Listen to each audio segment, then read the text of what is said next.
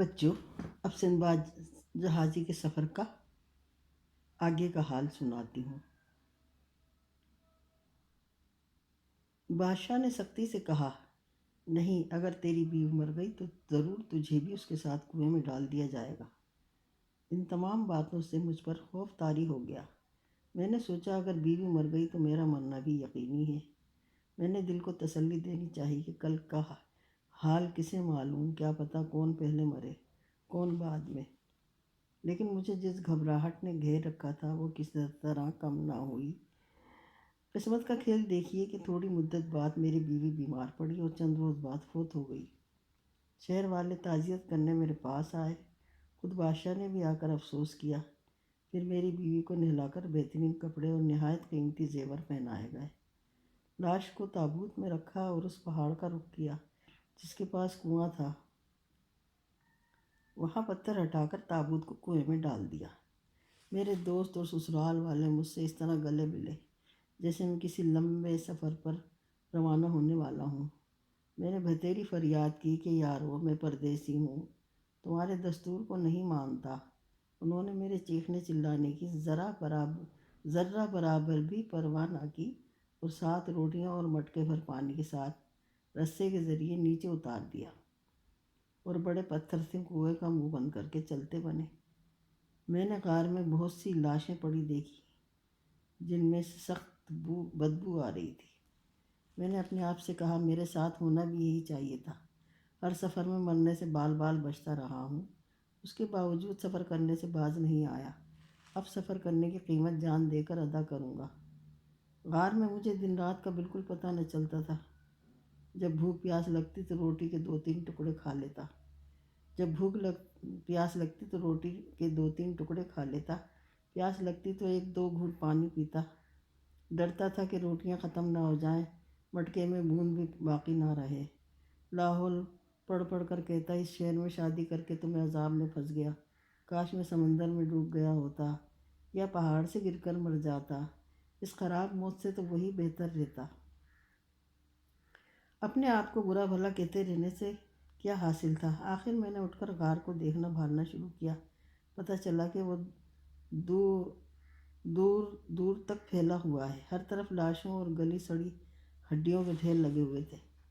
میں نے لاشوں اور ہڈیوں سے ہٹ کر غار کے ایک الگ تھلگ کونے میں اپنے لیے جگہ بنائی اور وہیں جا کر سو رہتا۔ چند روز گزرے تو پتہ چلا کہ روٹیاں ختم ہونے کو ہیں، پانی بھی ذرا سا رہ گیا ہے اور مجھے بھوکا پیاسا مرنے سے کوئی نہیں بچا سکتا۔ یہ سوچ کر میں اپنا سر پکڑے بیٹھا تھا کہ پتھر اپنی جگہ سے ہٹایا گیا اور غار میں سے تھوڑی سی روشنی ہوئی۔ دیکھا تو ایک تابوت اتارا جا رہا تھا۔ اس میں ایک مرد کی لاش تھی۔ اس کے بعد ایک عورت کو کھانا پینا دے کر نیچے پہنچا دیا گیا۔ میں عورت کو دیکھ رہا تھا، وہ مجھے نہیں دیکھ سکتی تھی کیونکہ اس کی آنکھیں بھی ابھی اندھیرے سے مانوس نہ ہوئی تھی۔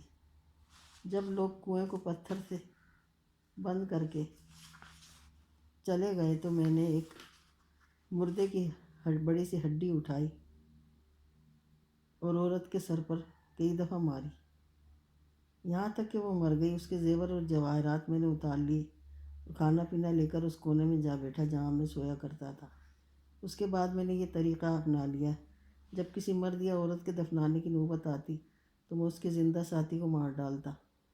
اس طرح میرے پاس تھوڑا بہت کھانے پینے کو ضرور موجود ہوتا۔ میں بڑی احتیاط سے کام لیتا، ہمیشہ ذرا ذرا سا کھانا اور ایک وقت میں گھونٹ بھر سے پانی نہ پیتا۔ خدا جانے اس حالت میں کتنے دن گزر گئے۔ ایک دن میں سونے کے لیے لیٹا ہی تھا کہ مجھے کھڑکھڑاہٹ سنائی دی۔ میری سمجھ میں نہ آیا کہ شور کس وجہ سے ہے۔ ایک مردے کی ہڈی لے کر اس طرف بڑھا جدھر کھڑبڑ ہوئی تھی۔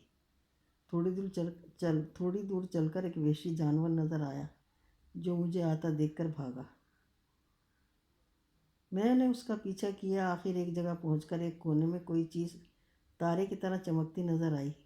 میں ادھر بڑھتا گیا تو اجالا محسوس ہوا۔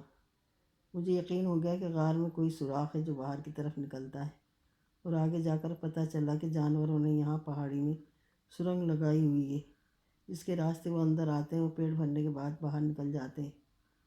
یہ معلوم ہوتے ہی میری جان میں جان آ گئی۔ سوچا اب میں غار میں پڑے پڑے مرنے سے بچ جاؤں گا۔ رینگ رینگ کر اس سرنگ سے باہر نکلا تو اپنے آپ کو بڑے پہاڑ پر پایا، جس کے ایک طرف سمندر تھا اور دوسری طرف شہر، باقی جزیرہ۔ یہ ایک ایسی جگہ تھی جہاں کوئی آدمی نہ پہنچ سکتا تھا۔ میں نے خدا کا لاکھ لاکھ شکر ادا کیا۔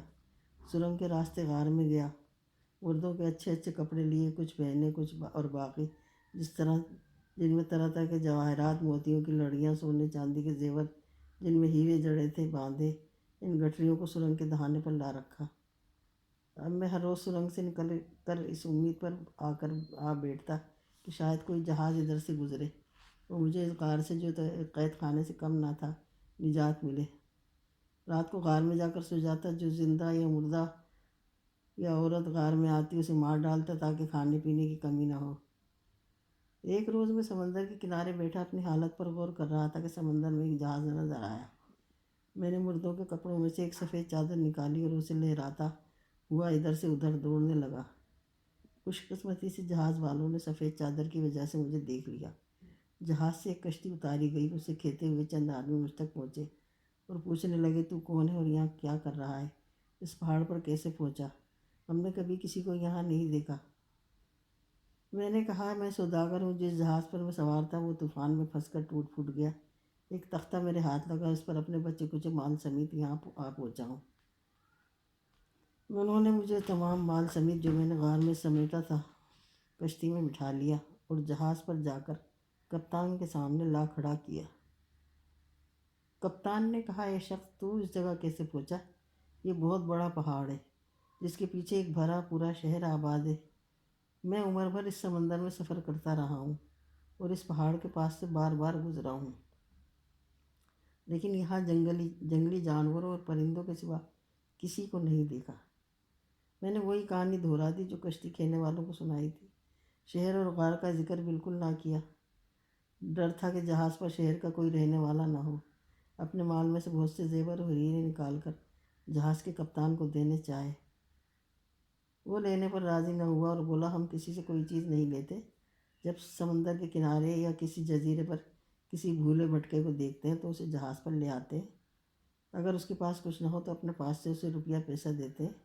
میں اس خدا کے لیے یہ بھلائی کرتے ہیں۔ یہ سن کر میں نے اسے ڈھیروں دعائیں دی۔ ہم جزیرے جزیرے سفر کرتے رہے۔ میں اپنی سلامتی پر خوش تھا۔ جب مجھے غار میں مردوں کے درمیان گزارے ہوئے دن یاد آتے تو کپ کپی طاری ہو جاتی۔ خدا خدا کر کے ہم حفاظت سے بصرہ پہنچے۔ وہاں سے میں نے بغداد کی راہ لی اور گھر آ کر گھر والوں اور دوستوں سے ملا۔ انہوں نے سفر سے صحیح سلامت لوٹنے پر مجھے مبارکباد دی۔ جو مال میرے پاس تھا وہ میں نے گوداموں میں رکھوایا، تحفے دیے، خیرات کی، یتیموں اور غریبوں کو کپڑے بنوا دیے اور دوبارہ عیش اور آرام کی زندگی بسر کرنے لگا۔ تو دوستو، یہ تھا میرے چوتھے سفر کا احوال۔ سندباد حمال، اب تو میرے ساتھ کھانا کھا اور سو اشرفیاں لے جو تجھے روز ملتی ہیں۔ کل میں اپنے 5ویں سفر کی کہانی سناؤں گا۔ دسترخوان بچھایا گیا اور سب مہمانوں نے سامنے چنی ہوئی نعمتوں کا مزہ لیا اور کھا پی کر رخصت ہوئے۔ سندباد حمال بھی حیرت میں ڈوبا ہوا گھر لوٹا۔